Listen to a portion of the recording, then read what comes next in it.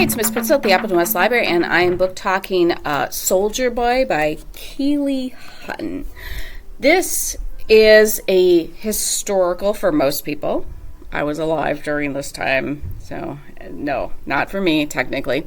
But it is also biographical. So there is an afterword by Ricky Richard Onway, because he is a real person and it's about his life.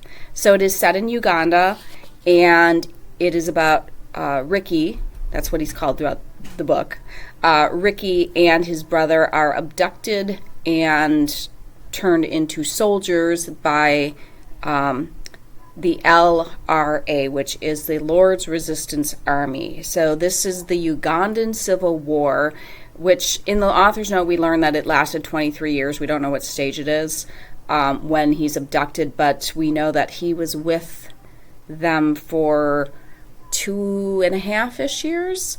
So there are two storylines that are interspersed. So I believe it starts with Samuel's storyline. Samuel is a fictional character who's meant to be an amalgamation of all these soldier boys.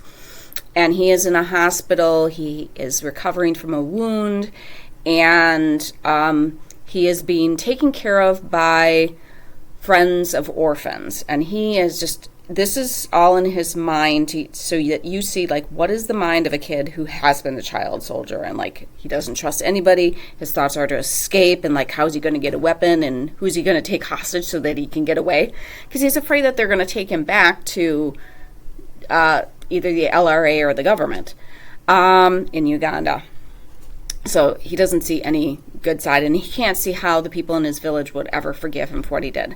So then it goes into Ricky's story, and we get the setting of, this is what family life was like in their village and stuff like this, and then we hear a little bit about the Civil War, and then all of a sudden the day comes where Ricky and his brother are abducted, and his parents and sisters are murdered. And there's a lot of horrors in this book. There is some graphic depictions of violence. I am not going to sugarcoat it at all because it's true. One of the reasons why we teach history is hopefully we learn lessons from things that happen in history, although we tend to repeat them a lot. So Ricky does escape eventually.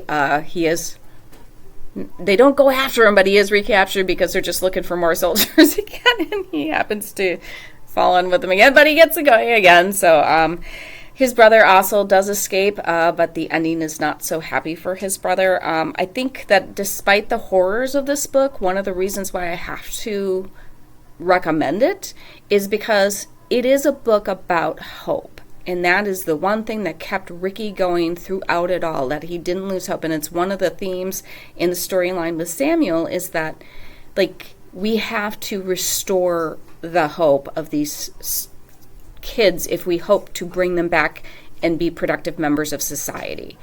We have to restore their hope and the hope of the people around them so that they are accepted. Because when Ricky does escape, he's not really accepted by the people in his community, and it's not that they just fear him. He's been a soldier for 2 years, and he's like 14 when this initially happens. So, all right, like I said, there are a lot of people out there who this is not going to be your cup of tea, but I think it is a really important book to read. So if you can handle it, I highly recommend this book because it's important to know what has gone on in the world, what continues often to go on in the world. All right. Once again, if this is not your cup of tea, I'll help you find something else. Have a fantastic day and keep on reading.